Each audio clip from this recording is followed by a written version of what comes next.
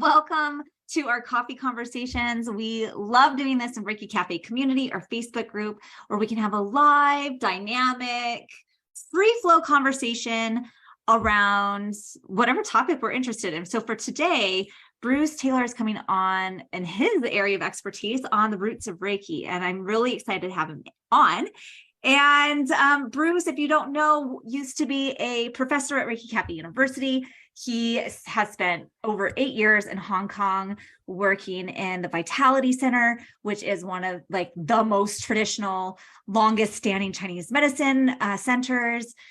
He's very well traveled. Obviously, I never know exactly where to pinpoint him in the world. He is in France right now. I'm in Spain right now, but you're in Spain right now. I'm like, which country are you in at the moment? I never know. He's an American who is very much an international Reiki master. So welcome to the conversation, Bruce. Thank you very much. It's always a pleasure to be back with you, Christine. It's very nice to be here again. Awesome. Am I missing anything in your background? I feel like I mean, we've done so many really cool things together not this last summer, but the summer before. He traveled back to the US. He was here in Montana, where I'm located, and we put on some really awesome workshops together. Sure did. That was awesome. Yeah, I love it. Aren't you in the middle of writing a book?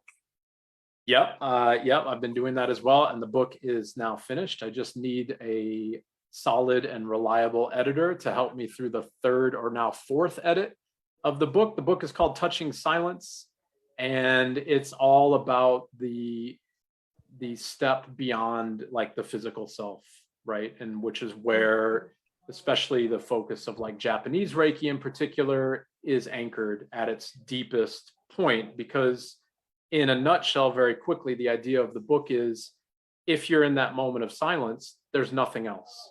Yeah. Right. So there's no suffering, there's no illness, there's no pain, there's no belief, there's no deities, there's no self. So we need to try to cultivate a practice that gets us there as much as we can. That's kind of the idea of the book.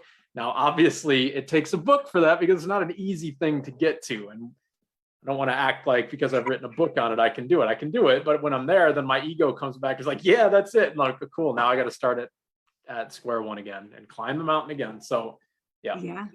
Big work in progress. The book's been going 2.5 years now. So maybe in another 6 years, it'll be released. I don't know how long it's going to take. Oh, I doubt that. Let's put it out next year. It's going to happen in 2024 for you, for sure. I'm down. Okay. Absolutely. We're making it happen. I love it. I can't wait. We'll have you back on when the book is complete and I get to read it. That's very kind. I'd be happy to be back. Yeah, of course. Love it.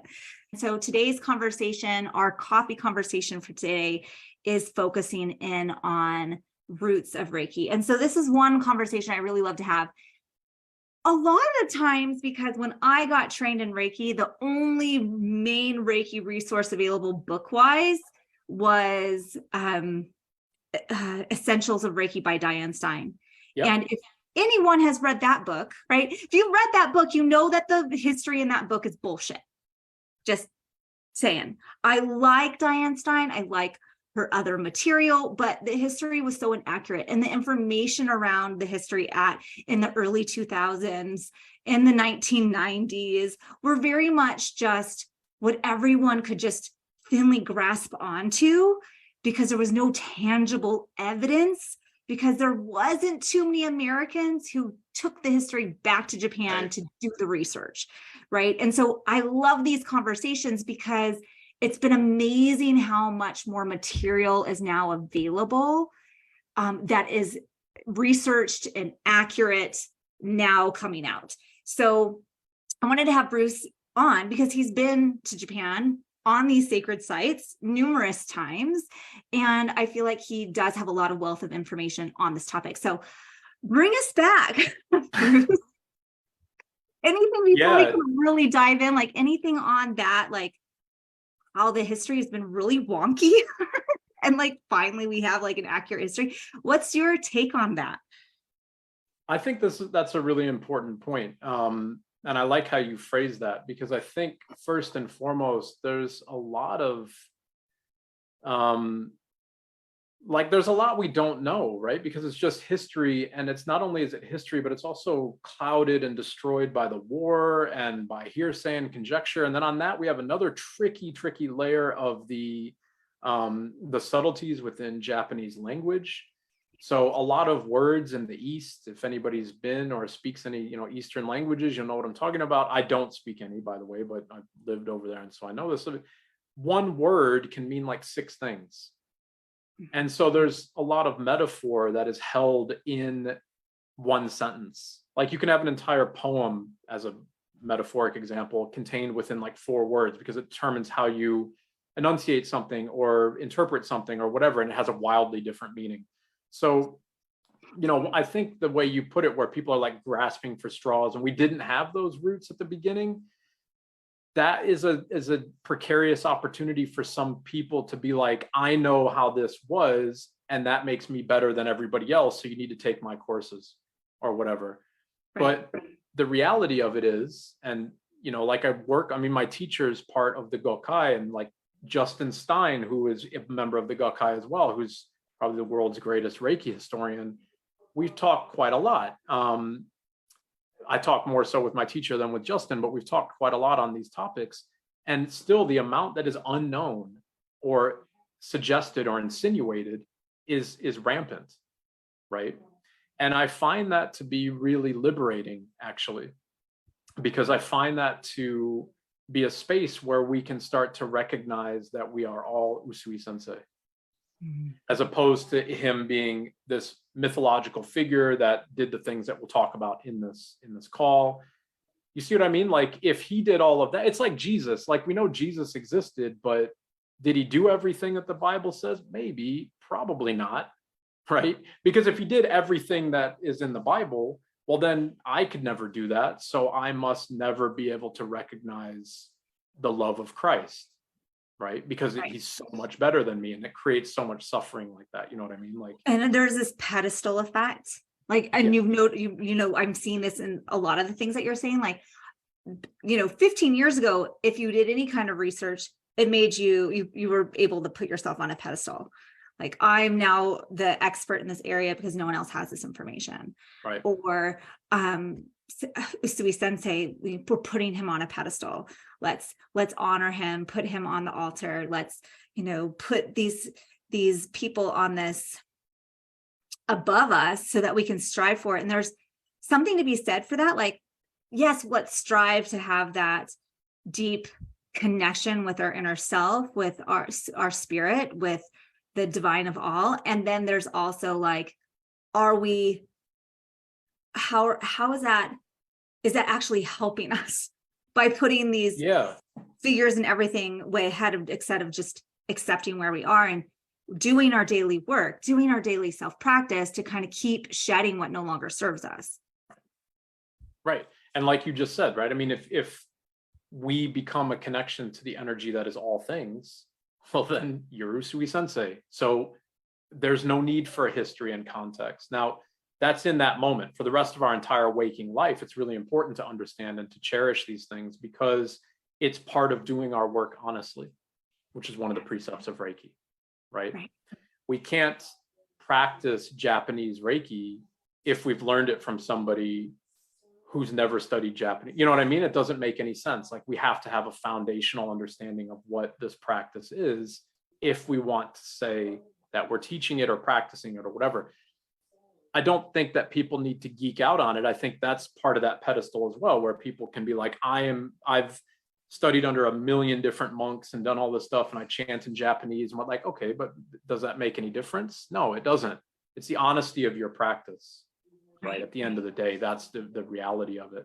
So I don't think that anybody needs to have a fluent working history of, Usui Reiki, for instance. Like Justin, for instance, he doesn't call himself, he's not a Reiki teacher, he's a Reiki historian. So he doesn't do attunements, he doesn't teach Reiki, he studies the history of it. And I think that's really beautiful because he's not claiming to be something that he knows or he doesn't feel like he is. I don't want to speak for him, but you know what I mean? Like, right. Yeah. And I love that. And here we are. The history is the foundation. When we step into a teacher role, we need to have at least the basics down that are historically accurate to give that foundation for our students. Right. So let's take the timeline. Let's go back 100 years, because 100 years ago, that is when Sensei Usui, or Usui Sensei, however you want to say it, Sensei, yeah, really started to uncover all of this magic, to uncover this wisdom, this initiations, all of the things. So bring me back. Let's go back to Kyoto 100 years ago. Let's set the scene. What was going on then? Yeah. So, I mean, back 100+ years ago, 100 years ago now would have just been when Usui had his purported enlightenment on Mount Kurama. So if we go further back, let's say like 120 years or whatever, we can look at what is generally known with his life, right? I'm not going to get into a huge amount of details on this because we could talk about it forever, but we're talking feudal Japan, very, very strong hierarchical caste-like or feudal systems, right, in the country. And so again, to keep it simple, think about it like peasants versus nobility, right? And one thing that's quite interesting that I'm working with some of my colleagues and friends with on this is researching the background of Usui's family and their connection to their samurai lineage.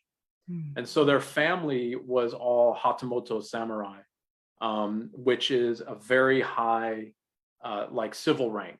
Again, I'm keeping things very basic here, right? Because we could talk about just that topic for an entire call. But so if you want to think about like Hatamoto samurai as being kind of like the upper higher class, right? So nobility again, and pulling a lot of strings or doing a lot of important work with the Tokugawa shogunates. So this is like the government. So these are the top people in Japan at that time. And when I say a feudal society, I mean that. It's like you've got class and peasants, right? And so like we can see in Europe, or you can see this also in other places where there's kind of feudalistic societies back in the day, things were pretty dire for peasants, right? Things are pretty dire for people who didn't have access to what scholarly things were available at the time, what spiritual things or governmental things or military things were available at the time, like military trainings, like samurai discipline and everything, right? That's an important story in and of itself, because we in the West, we misinterpret what a samurai is. Again, I'm not going to go into it too much, but a samurai is essentially a person who overcomes their own shadow, right? So it's not this warrior that runs around with, swords and cuts bamboos down and kills people and all that. They do that stuff as a part of the function of normal society and maintaining order, but it's really a spiritual discipline. And that's really interesting because from the spiritual discipline of Usui's family, and because of his connections to the upper hierarchies of Japanese society, he was privileged to be exposed to these disciplines that would not have been possible for the lay people. Because a lay person would have been like, I've got typhoid, I can't, what I mean? Like, I don't have time to become transcendental because my baby who's like 6 days old just died. So I'm kind of dealing with that right now. I don't know where food's coming from. Right. They're working on their basic survival things. Exactly. And he was in a position that wasn't his top priority. Like he had his survival needs met, right? Exactly. And so then he had the access and advantage of working on these other parts of his life. That exactly. Right. Yeah. And I think that's an important base for the then discussion of what happens. So in Japan at the time, and just in Kyoto, there's two really important mountains. I've already said Mount Kurama, which is where Usui had his enlightenment. Right next to Mount Kurama is Mount Hiei. Mount Hiei is the birthplace of traditional Japanese Pure Land Buddhism. It's not the birthplace of Pure Land Buddhism, but it's where it found its heart, or its roots, I guess I should say, in Japan. They're literally right next to each other, the two mountains. So Usui was a Pure Land Buddhist monk. And as the story goes, and this is why I was wanting to touch a little bit on the samurai background, because that's already a spiritual training. So it's a progression through his journey in life. And the story goes that there was like a dead end or a friction or a resistance to continuing deeper into the practice, right? And, Buddhism is about surrendering desire and releasing suffering. In a nutshell, I'm being very brief. If anybody has questions on this, I'm happy to talk about it further, but just trying to move through it. So if we're trying to do that, it's when you get more and more refined on the release of your own suffering and desire and belief and story and all of that, those last bits become infinitely more difficult to take care of, if that makes sense. Right. Yes. Like the big trauma that we've got inside of us, all the little traumas, we can just kind of brush those away. But getting up to that really big trauma, it's like climbing Mount Everest, to put it into another perspective. So I'm not suggesting that's where Usui was, I'm just giving a metaphor. And so the idea to take it to that next level was to perform a fast, a 21-day fast. And, there's a lot of beauty and religious mysticism in fasting, where energy moves to the body more purely. Of course, we see this in Christianity, where Jesus fasted for 40 days to fight the devil in the desert. That's all a metaphor. It's not the devil in the desert. It's the anger in the solar plexus that you're working to heal. And that's important here, because by fasting for 21 days, you turn inside the body, right? And so Usui Sensei went to an area on Mount Kurama, which is called Usugi Gongen. And this is the mountain just next to Mount Hiei, right? And so he was sitting on this spot called Usugi Gongen for 21 days, just in quiet contemplative meditation, fasting just on water. And nothing happened. Nothing happened for the entire 21 days. Now, this is as the story goes anyway. So at the very end of it, he's getting frustrated, as you would. I fasted for 21 days. It's not that easy. You get frustrated when you get through it. It's kind of difficult. And so he's like, oh, I'm done. I'm sick of this and whatever. I'm going to leave the mountain. I'm going to break the fast. And that's when he recognized this kind of like great Reiki over his head, as the story goes. And I keep saying as the story goes, because we don't know if this is actually true or not. And that goes back to what I was saying before, where if it was true, then that would mean we have to fast and go to Usugi Gongen and do all these things and be a samurai and like study Pure Land Buddhism in order to have the same thing. But it might just be a myth. So maybe we can just turn inward and find that same resilience and strength. You know what I mean? Like that's really beautiful to me. And the great Reiki was, we can interpret that however you want. It's the flow of energy through the body. It's the recognition of Chokure. And it was this moment of enlightenment. It was like a thunderclap or like a shock to the body, right?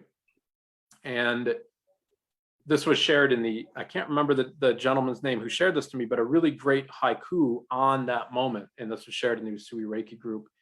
And it was saying how marvelous that the person who doesn't recognize, what is it? This is not a haiku because I'm not in the syllables, but it's something like how marvelous he who doesn't recognize Satori in the thunderclap, right? And so it's meaning like when Usui recognized this clap of enlightenment, to stay still, because as soon as you recognize it, then you've attached to it, now you're suffering again, right?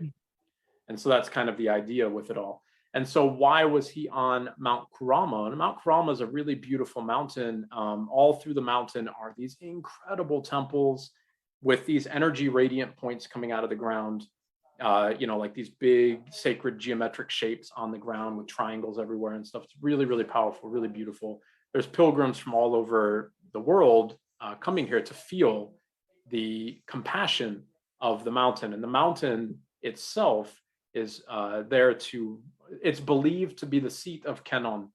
And Kenon is the Buddhist deity of Kuan-Lin. And Kuan-Lin is the Chinese Buddhist deity of the Virgin Mary. And so it's this mountain of compassionate wisdom. That's why he was there, right? To find this compassionate wisdom and healing ability inside the body, which is what the Virgin Mary would be able to give, right? Mm-hmm. Now, there's a lot of other deities, of course, that are worshipped there, like Dainichi Norai, the great cosmic Buddha, and so many other things to talk about. But the overarching focus of that mountain is on that great compassion, or the compassionate Buddha, right? And when all of that is tied together, I think we see a really beautiful picture of this kind of enlightenment into Reiki. So then after that, of course, you remember, like, who does not recognize Satori in the mountain, in the thunderclap, right? So come off the mountain, give Reiki to the public if you can.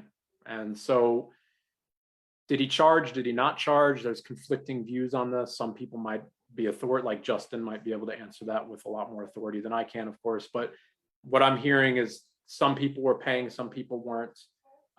Absolutely, attunements were done on people, but the attunement process is not giving somebody Reiki, it's sitting in the practice of Reiki. Mm-hmm. And the practice was met and the teachings were conveyed based off of the knowledge of the student. So if they were brand new to this, like, hey, I'm just really suffering, my life is miserable, I need help. Okay, we're going to start you at ground one, position one. Feel yourself, feel the energy go inside. Hey, I'm a monk, I've been meditating all my life. Okay, cool. Then all we have to do is sit here. That's Reiki. Mm-hmm. Right. So there's all these, like, there's like a spectrum of teaching. Yeah. Right. So which is really bring me back a little bit to the actual mountain, because I've seen pictures where you have like the archways, the stairs, the roots, the waterfall. Paint the picture for me of what it was like for him to be on the mountain. What would be a day in the life of his fast? Like, do you know what I mean? Like, yeah. What does that actually look like there? Yeah, so when you arrive to Mount Kurama, there is a beautiful entry gate with a beautiful, huge palace or temple at the very foot of the mountain, and then you walk up all these steps, and you come to these various kind of like platforms and temples and things all throughout the entire mountain. And Usugi Gongen is relatively close to the top, and it's a very, very minor part of the mountain. There's nothing like grandiose about it.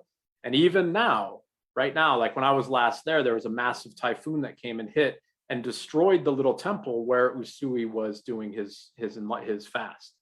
Just a little tiny hut around, very close to a sacred tree that was representing Dainichi Norai, the great cosmic Buddha, and the connection to all these things. All of that has been destroyed. So in his time, it would have been a small little, little tiny temple, like not even a bedroom, nothing, just like a little shelter with an altar, and a very quiet place on the mountain. There would have been monks walking around the mountain doing, walking meditation. There would have been probably the monks over from Mount Hiei, the marathon monks who were doing these ridiculous fasts and things that they were doing as part of, that's an insane story in and of itself that I'm going to cover and talk about in Japan. It's insane. He would have just been there meditating in solitude and prayer and just drinking water all day. That's all he would have been doing. Mm-hmm. Just reflecting, turning in, quieting the mind, turning in, quieting the mind. When thoughts come up, quiet the mind, maybe praying to some of the deities, but not praying from an idea of connecting to something, but more of a recognition of that within the self. Yes. Over and over and over again. And as you fast, like the body slows down and you burn your fat, right? And in your fat, you hold, I'm not going to go deep into this either, but you hold a lot of your resistances and your emotions, right? Like we binge eat when we're stressed, right? And then that energy goes into our fat. So when we fast, we release those things. So you can imagine, like, I'm praying, I'm meditating, and I'm fasting. So by fasting, my meditation and my prayer are becoming deeper. And now I'm praying and meditating again to make my fast deeper. So it's like this feedback loop that keeps getting stronger and stronger and stronger. Yeah. Yeah. Beautiful. Yeah. And the waterfall, like we hear the waterfall myth all the time, like he was sitting under the waterfall. How likely was that? Well, so this is another thing where there's some background in and this is quite a beautiful practice in Japan, an ancient practice called Shugendo. And Shugendo is the way of the forest, or like the spirit of the mountain. And the idea of all of this is that there's these different hand, like mudras, where you move your fingers in different ways, and those are connecting different energy meridians in your body. And you stand under a waterfall that's probably pretty cold and pray. And you do these different kuji with your hands, which are different, like mudras again, with your hands to connect different parts of your body So you work through the different elements and the different emotions and the organs and all of that type of stuff as you go deeper into your meditation. The waterfall is a symbolic act of purification, right? It's washing over the crown, which is the same as the 1,000-petal lotus. When the crown opens, right, this flow of energy falls from the crown. So it's a way to feel that. It's a way to feel the energy moving down your spine via the feeling of the water. And it's a way to stay calm and quiet when things are not really fun. Like, you're probably super cold and you haven't eaten for 2 days or 10 days or 20 days, and you're under a waterfall that might be like 45 degrees Fahrenheit. So, right, you've got to be pretty centered in order to maintain that. Otherwise, you're going to panic and freak out and lose your practice. Yeah. Right? Yeah. Yep. Is that something that still is in practice there? Shugendo is, it's definitely still in practice, but it's losing a lot of its interest, sadly. It's losing interest just like most religions are, but these are like very esoteric. This is like run out into the mountain, run through the fields, run through the hills, challenge yourself, push yourself, and let Kenon from the mountain contact you. Yeah. Push yourself as far as you possibly can by going inside, and let the power of the earth cleanse you. Yeah. Right? So these things are no joke. Like, I've just started studying Shugendo, but I don't know enough really to talk about it yet, for sure. Yeah. But it's definitely still practiced, and Usui was a Shugendo practitioner as well. So let's talk a little bit about that. Like, the Sunland Buddhist monks, they're still in existence today, but they're not your typical Buddhist monks. Can you just clarify what type of monk and those type of practices that Usui would have been practicing? Yeah, I mean, they're definitely still traditional monks. Like, in all of these temples, depending on the time of the day, you'll see monks that are in residence and praying and meditating all day long, chanting. So like a typical day would have been probably waking up at 4:30 in the morning and doing some chores, doing a morning mantra meditation that's probably an hour long, that's usually recited from memory, a very basic breakfast, if anything at all, probably having some quiet time for an hour or two, and then doing more chores like just sweeping and cleaning the temple and that type of stuff, and then more practice, more meditation, more prayer, and usually ending the day with maybe a recitation of the Heart Sutra or the Amitabha Sutra to the Amitabha Buddha or whatever, right? And doing that every single day. Mm-hmm. And all of those things, like, I think if people are not familiar with Buddhism, we have to remember that Buddhism is all inside. Yes. It's not like Western religion that it's like it's up there. We look inside the self to quiet the self. So when you see a seated Buddha, or when you pray to the Amitabha Buddha or Dainichi Norai or whatever, like these big deities within Pure Land Buddhism, you're really praying to your true self, because you already are Dainichi Norai, because Dainichi Norai is the Buddha of all things. Mm-hmm. So it's like, of course, you're already a part of that thing. So you just have to recognize that that is your home already, right? Yeah. So we have to let go of the separation and the belief of separation. And that takes a lot of work, because to let go of that, you have to let go of your suffering and your ego and your desire to inflict that on other people or to accumulate things or whatever it might be. All of that takes self-discipline and self-work. That's why it's important to do the chores, like sweeping the temple floor is part of your daily practice to whatever deity it is that you're worshiping. Yes. Because the floor is the deity. Right. I think we've lost so much of that, like so much of that idea.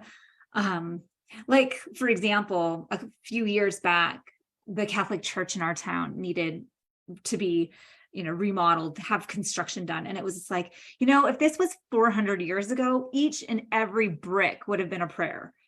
And now it's like, here, let these guys who can do it the cheapest job do it. And it's like, we've lost so much of that spirit that we create, and like the building itself is a temple, understanding that that can be a practice. that our home can be the energy of our home, the physicality of our home can be a reflection of our own spiritual work. I love kind of reminding myself and, students, like, we don't have to have this separation, that chores are this mundane thing that we have to do in the 3D reality. Like it is, and it can be more than that. Yeah, that's right. It's So, part of your meditative practice, right? That's right. Yeah, exactly. The mindfulness, right? Yeah. So let's go back to the history then. So here he's coming down from the mountain. He's starting to put this Reiki energy into practice. It's now 1922. Let's set the scene again. Like, we're heading into war times. What kind of paint the scene again? Yeah, so he had this enlightenment in 21, and after that, pretty shortly after that, moving to Tokyo and setting up the first kind of center for the teaching and the dissemination of the practice of Shinshin Kaizen Usui Reiki Ryoho, which is what the practitioners that he was training were calling the practice. And I think this is really beautiful as well, because Shinshin Kaizen means heart-mind awareness. And there's many ways to translate this, but it's the general idea. And heart-mind means that my body and my mind are recognized as one. So there's no separation, which essentially means my thoughts are my body. And we all know that in the West as well. It's like you're going to manifest that. If you keep thinking that you're sick, you're going to get sick, because, right, that's kind of the idea or whatever. And so we're working to recognize non-duality. It's also the meaning of yoga, right? The union of the body and the mind, or the body and the spirit. And Usui Reiki Ryoho means the hands-on healing method first brought to the world by Usui Sensei. Now, to be very clear, he wasn't the first like hands-on healer. I mean, like, Jesus was the OG Reiki practitioner, right? Like, he was like 6,000, whatever, not 6,000, 2,500 years ago. And even people before that, and before that, we've always known this, because it's part of our evolution. It's always been with us, right? And Reiki was in Japan as well, like in the exactly 1800s, early 1900s. He wasn't the only person using the term Reiki. Right. Yeah, exactly. There's all of these other things that were coming before it. There were cultural influences that were kind of coming via trade and geopolitical discussions, where cultures were being swapped and people from the West were coming to the East and learning this thing and bringing it back. And there's a lot that's going on there. So by no means whatsoever was this something that was discovered in that moment on Mount Kurama, right? But it's more like, hold up, if we look at the practice of Reiki with these symbols, and if it's taught this way, and we look at it as a practice of turning in and surrendering the self, now we're talking about the practice of Reiki in somewhat different terms. A lot of times people are like, Reiki is a healing modality. It's not. It's a modality of surrendering the self. If you surrender yourself, then you heal, like you do every night when you go to sleep. Same idea. Right? Yeah. Well, I think that's it. There's we had these Reiki practitioners, and now we have a system of Reiki. Right. And so there was the pivotal point of going, what everyone else had done in the past, and looking out into the future of like, this is how it can be sustainable beyond his lifetime. Right. Exactly. Yeah. And so from that time, let's say 1922, moving into Tokyo, setting up a center, starting to teach, writing manuscripts and all that type of stuff. And just a few years after that, he passed away. He had a stroke, right? Passed away. And the practice and the teachings then of, Shinshin Kaizen, or Usui Reiki Ryoho with Shinshin Kaizen in front, starts to move down the lineage, right? Hayashi Sensei, Takada Sensei, Yamaguchi Sensei, depending on the different branches that you're looking at. And then, like you said, of course, the wars come. And remember that Japan is a feudal society. Japan is it became a part of the Axis powers, right? So it became a fascist country in World War II. And through all of that movement into the wars, any religion or introspection, a lot of that stuff was completely illegal or wiped off, like just wiped out, right? Just stopped, like it is in most fascist countries. Like religion is used as a tool and then it's destroyed, right? Controls people and then it's wiped off, right? Well, I think people have got to know this. Like, you're like, okay, he wrote a manuscript. Where is it? I'm like, they were burned. Yeah, like they were burned. You know, so much of the knowledge and wisdom that was provided by Usui Sensei isn't in existence. And then the few that survived that era, they're in a very old set of kanji, right? And so it makes the translation even more difficult. So can you speak a little bit to that transition? Because I feel like the kanji radically changed, like before the war to after the war, and like so much of the spiritual mysticism was lost in that transition. Yeah, you can see a lot of that in Asia, right? And so the bit where it was burned, did the Japanese government do that to outlaw the religion? We don't know. I mean, what we do know, and what people in the US might not know, is that the US firebombed the entire country before dropping the nukes. So that probably is where, like, Tokyo was completely destroyed from dropping incendiary bombs on it. That's probably where all the records were destroyed, but they could have been destroyed before that. I don't know those dates off the top of my head. I don't know the chronological order on that.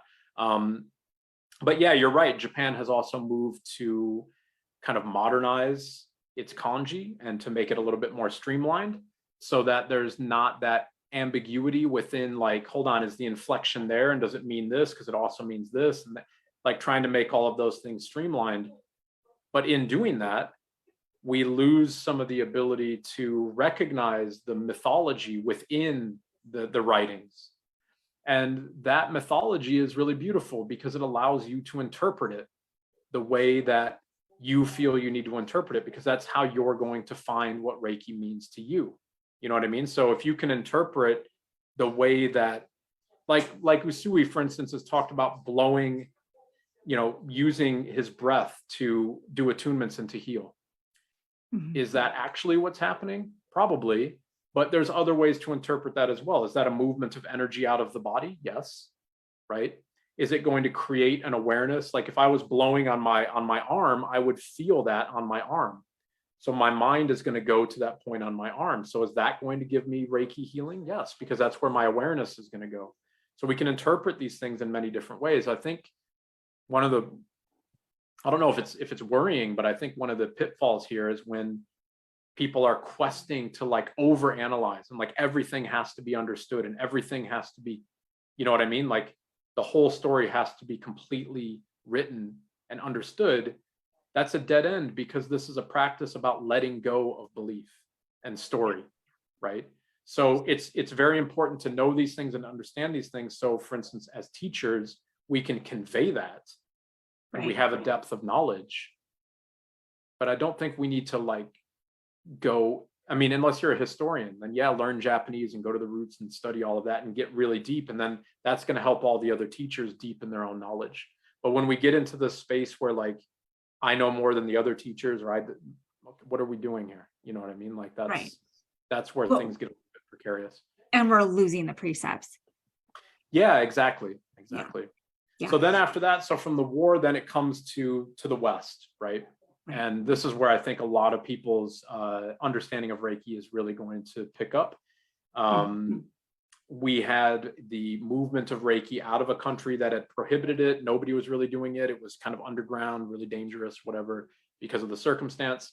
Takata Sensei brought it into Hawaii, and it had to be in a language and a context, a cultural context that people could understand. Right. Remember, US had internment camps for the Japanese at the time. So it's not like you can't be a Japanese woman and being like, hey, this crazy Buddhist thing that I know you guys are all Christian and you hate us and you don't really like women right now. So let me just throw all that into the fan. Like you can't. Really. Right. And it's like, no wonder she didn't start teaching till 1970. Like, I think she had the knowledge, the wisdom, the practice, but it didn't become public until she was safe to do it. Right. And she still had to put it out in a way that made it acceptable. So like, I mean, that part logically totally makes sense to me. I think what people forget is that when we look at the history, we're talking about losing a lot of that information from the war, and that it had to go underground even before the war fully hit. And, right. Like all of those things, like we talk about like cultural appropriation, like it wasn't available to the Japanese public. This was like sacred knowledge that was like hidden and wrapped in a bundle, and like some of it survived. And I'm so ever grateful that it hit the US because it was able to survive. Right. And so tell me a little bit, like, I know when you went to Japan, like what was it like to find Reiki masters who had the wisdom from Japan rather than the US or Western culture? Like, tell me what was that like? It literally just gives me chills, right? I'm not exaggerating, because it was an absolute 180-degree turn and pivot in my practice of Reiki. And let me explain why. If we move and always strive to get closer to the roots of the practice, even if it's myth, even if we don't know it, even if it was burned in the war or whatever, the closer we can get to Kyoto and the closer we can get to Usui Sensei and to the Gakkai and all of that, then the practice becomes more and more and more refined, right? It becomes more and more subtle and less about story and all these other types of things, right? As we start to have Reiki lineages where there is, like 10 people removed or 20 people removed or 30 people removed, that's completely irrelevant. It doesn't matter how many people removed you are from Usui Sensei. The problem is, and this is what I always talk about in my teachings, the more removed you are, then that is literally every one of those next generations of teachers is an opportunity for that teacher before to interject their own belief and story in it. And so it's like the telephone game, right? Like by the time you get 30 people removed, then you're doing all these other things that have nothing to do with Reiki, like channeling angels and doing whatever. There's nothing wrong with those things, but the practice of fundamental Japanese Reiki is letting go of the practice of fundamental Japanese Reiki. And when I got to Japan and when I was like there and with my teachers and stuff, I had all these questions and they're like, yeah, that's great. They were almost like, oh, that's great, Squirt. You'll get it tomorrow. Like, just come back and maybe tomorrow you'll let go of it or not, whenever you decide to just let your mind be quiet. And then it finally hit me like a light bulb. I was like, wow, hold on. So I'm actually resisting my own practice by holding on to all of these stories, right? So like in Japan, when you watch people practice Reiki, you place your hands and that's it. I'm not saying that they're not channeling or seeing things or feeling the boyosan or whatever, but it's always about not paying attention to any of that and just holding space. Right. And as soon as I saw that and I started to practice that, I was like, wow, okay. Now the pilgrimage to Usugi Gongen makes sense to connect to Kennon. I can't connect to Kennon or to the Virgin Mary if my mind is clouded with story and attachment, because that's my ego. That's my rational brain always trying to be like, you did it, Bruce. I see them all the time like that. And I know you do as well, Christine. We've worked together for a long time. These things, and to the listeners as well, these things are very, very real, right? Here's my point. If the Virgin Mary comes to you, you might want to shut up and let her speak. You know what I mean? And like, when I got there, it was kind of like, just shut up and let Reiki speak. Yeah. Right? Always shut up and let Reiki speak. I mean, shut up with love and kindness. Love and compassion, all the things. Yeah, I don't mean it with any aggressivity, but you know what I mean? Like, and when I got there and it was that, I was like, wow. Because in Hong Kong and in, and to a much bigger degree in the West and everything like that, it's very much more like, I'm the healer. I'm going to heal you. I felt this. I pounded on it. I gave you herbs. I did needles. I did whatever. Or just be quiet and let the energy do its work. Let the Virgin or Kuan Lin or Kennon or Dainichi Norai or Usui Sensei or yourself move through your body and find that level of peace and stillness. And when I recognized that, finally, I was like, it's so much easier than what everybody says. That's it. Right. So the benefit of taking a trip to Japan overarching? Is that it? Is that to find that space where you're like, I get it now? That's it. Yeah. It's like, what's an example? Like in the States, for instance, like you could see a picture of the Grand Canyon your whole life. Yeah. Like, yeah, it looks really beautiful. That it's amazing. When you're standing on the edge of the Grand Canyon, looking down at the vastness of the Grand Canyon, you will get why it's so amazing. It will move through your body, right? And you will feel the spirit of the Grand Canyon, much the same as when you're at Usui Gongen and you're sitting in Reiki, you can't help but feel all of the story moving through you and the roots of the practice, because that's where you are. You know what I mean? It all makes sense when you're at its roots, just like when we take a pilgrimage to anywhere. Religious pilgrimages happen all the time for that very reason. Absolutely.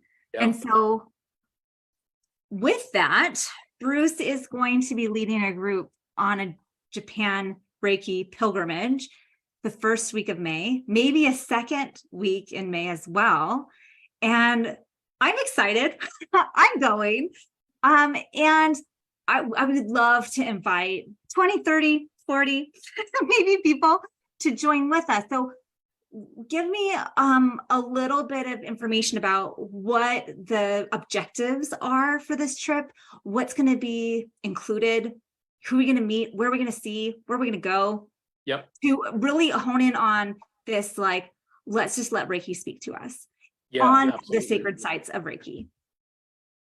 So first off, if you've never been to Japan, that in and of itself is a reason to go to Japan. Japan is like another universe of experience of food, culture, beauty, temples, history. It's like overwhelming. Anybody who's been to Japan who's listening, be like, yeah, I know exactly what Bruce is saying, because it's insane. It's completely insane, out of control. The food, the culture, it's just mind-bending. The temples, the peace, the tranquility.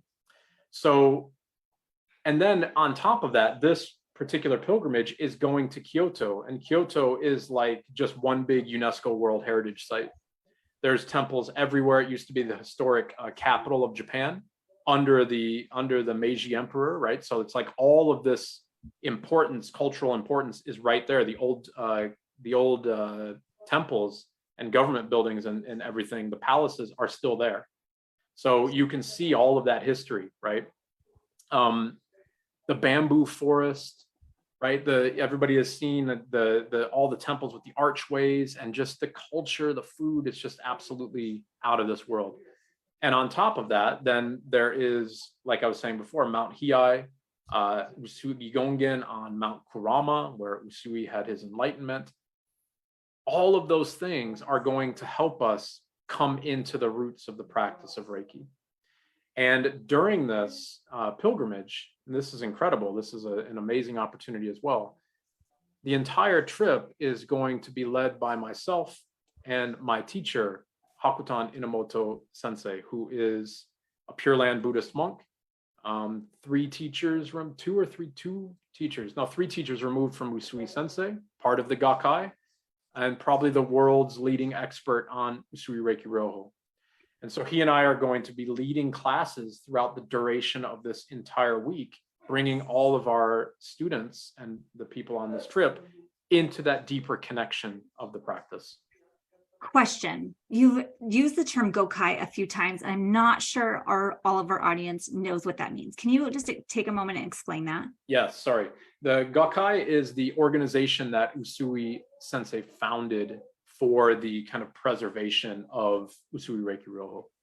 Fantastic. So we get access to that energy. You're going right into the heart, right into the heart. Through it's Hakutan. Like as close as you can get. Yep.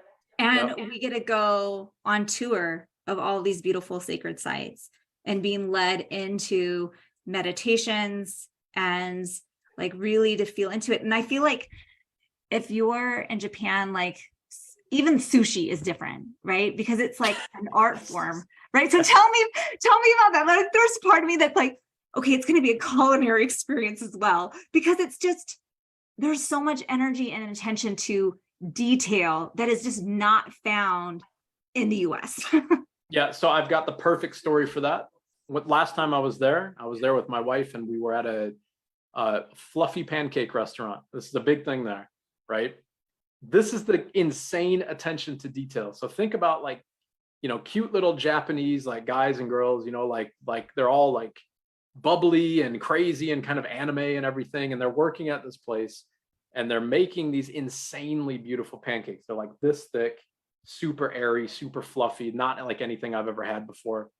And it takes a minute to make them, 1 minute, right? They put them into a machine. It like does something where they rise and they come out. Every single time that the pancakes come out, everybody was like, oh, like it just happened every single minute. And they get that excited about it every single time that it comes out. And like when you see people making sushi, like literally everything is a meditation. Everything is a meditation, right? So the flower arranging, the gift wrapping, the calligraphy, the temples, the streets, the food, the writing, the incense, the factories that make the incense, the onsens, oh my God, the onsens, like the public baths, they're just absolutely ridiculous. Everything is top-notch, clean, safe, beautiful, and welcoming, right? You know what this reminds me of when we were speaking of like part of the temple chores for the Buddhist monks is, they're doing that sweeping. And I feel like Japan in and of itself is a temple for its people. Right. And so the attention to detail is there. It's just like, yeah, we're going to keep the streets clean. We're going to keep the subway clean. Because there is that honoring of the space. Mm-hmm. Yeah. Yeah. And so from that, like the honoring of the ancestors and the heritage, the religion, the culture, like that's all insanely strong, right? It's probably the safest place on the planet, without hyperbole or exaggeration. So that in and of itself, just seeing Japan and like eating the food and getting those fluffy pancakes and going to the temples and just being a tourist like that in and of itself is a trip that you will remember for the rest of your life. And I'm sure people are listening. I'm sure some people have been to Kyoto, and I'm sure you agree with that. It's mind-bending. It's incredible. Add on top of that, multiple trips to Mount Kurama, guided trips to Mount Hiei, attunements and Reiki talks at the very site of Usui's enlightenment, Usugi Gongen on Mount Kurama, led by myself and Inamoto Sensei. Opportunities to sit with Komyo Reikido in Reiki practice, Reiki discussions that are going to be led by myself and Inamoto Sensei. I'll be leading a 3-hour talk on non-duality and the practice of non-duality within Reiki. Inamoto Sensei will be leading a 3-hour talk during the week on the traditional roots and practice of Reiki as it's discussed in the Gakkai. So the Gakkai, by the way, this organization that Usui founded is a closed organization. Mm-hmm. Like you can't just rock up there and become a member, right? So you can't get this access to this information unless you know people who are in the Gakkai and who are going to talk to you about it. So that's like just scratching the surface of everything that we're going to do in this trip. It's going to be incredible. I can't wait. It's going to be. I can't wait. I'm like, so just so you guys know, I haven't traveled outside the country, let alone to Japan in like forever. So I've never been to Japan. I have a little bit of travel anxiety. I'm really picky about if I travel where I'm going to go, because I have all kinds of food sensitivities and, all these things. And this is a place in the world that I'm like, I absolutely am going to feel safe. I feel absolutely comfortable doing this with all of knowing myself that well. And I'm not even worried about like, I don't know the language. That's okay, because Bruce is going to be there. Bruce is going to take care of me and walk me through it because he's been there numerous times before. So even though he might not know Japanese, he knows the things to do to make it a smooth transition. And a lot of the times, things are there's English translations and things like that as well. And Kyoto, honestly, like when I started digging in, like, oh, this is going to be $10,000 or something to make this trip happen. I was like, actually it's not. Look at this. I can get an Airbnb for that much, and sushi is actually cheaper than going to my local restaurant. Hell yes. Okay, let's book this and make it happen. Because yeah, exactly. I know for me, my personal development, my spiritual development, like I have a regular Reiki practice. I have a regular spiritual practice. This is my everyday life.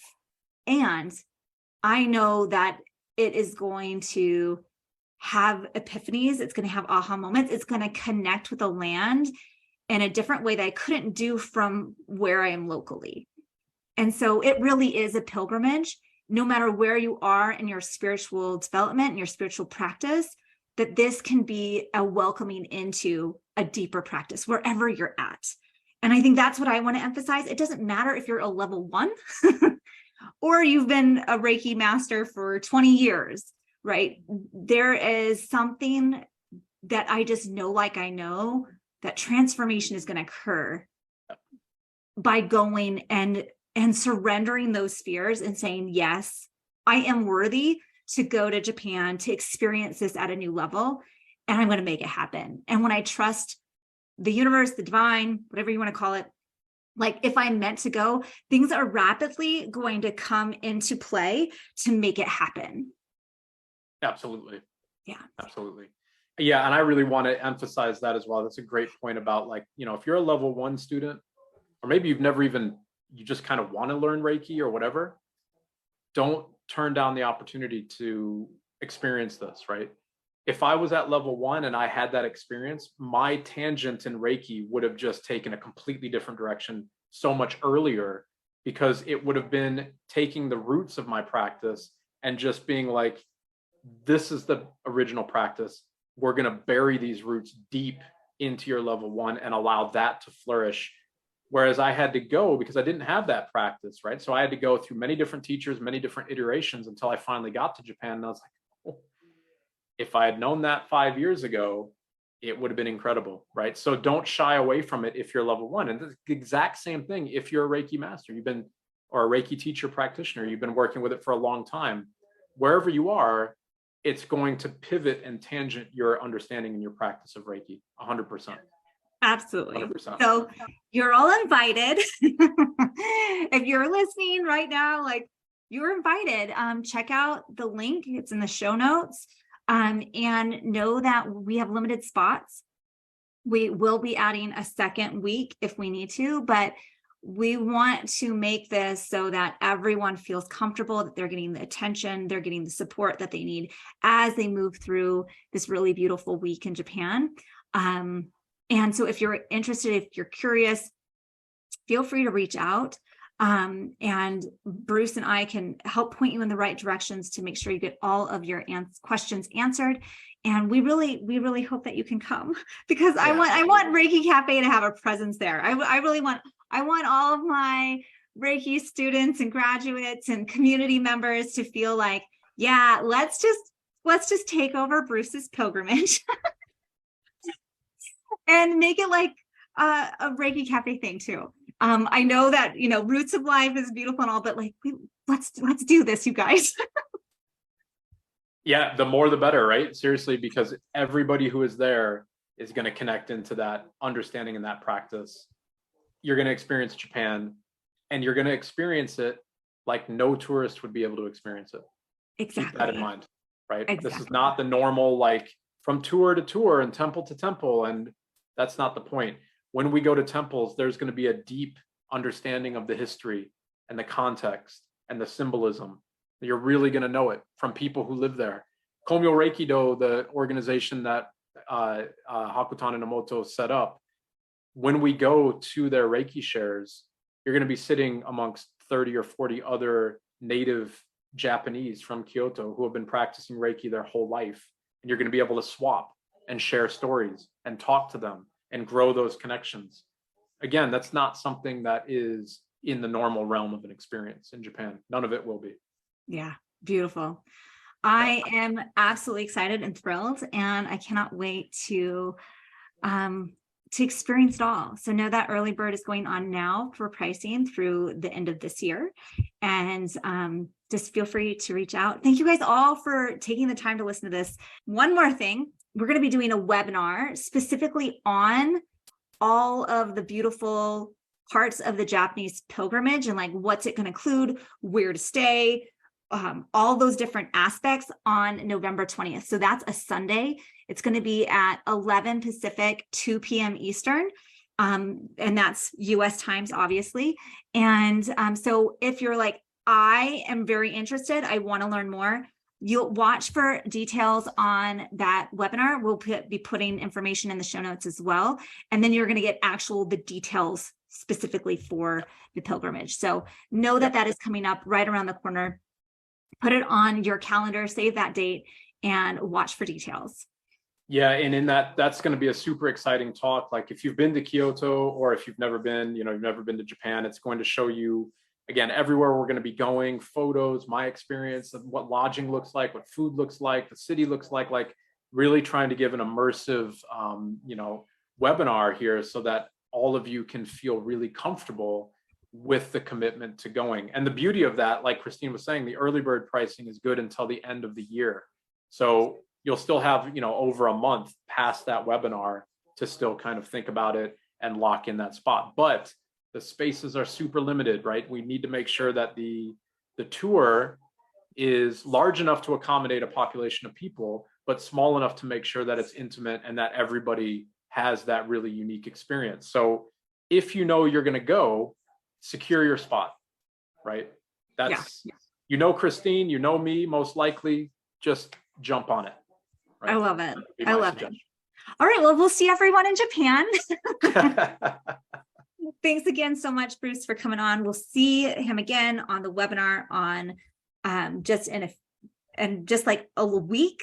So be sure to reach out if you have any questions. Otherwise, thank you all for listening, watching, and we will see you soon. Take care, everyone. Take care, everybody.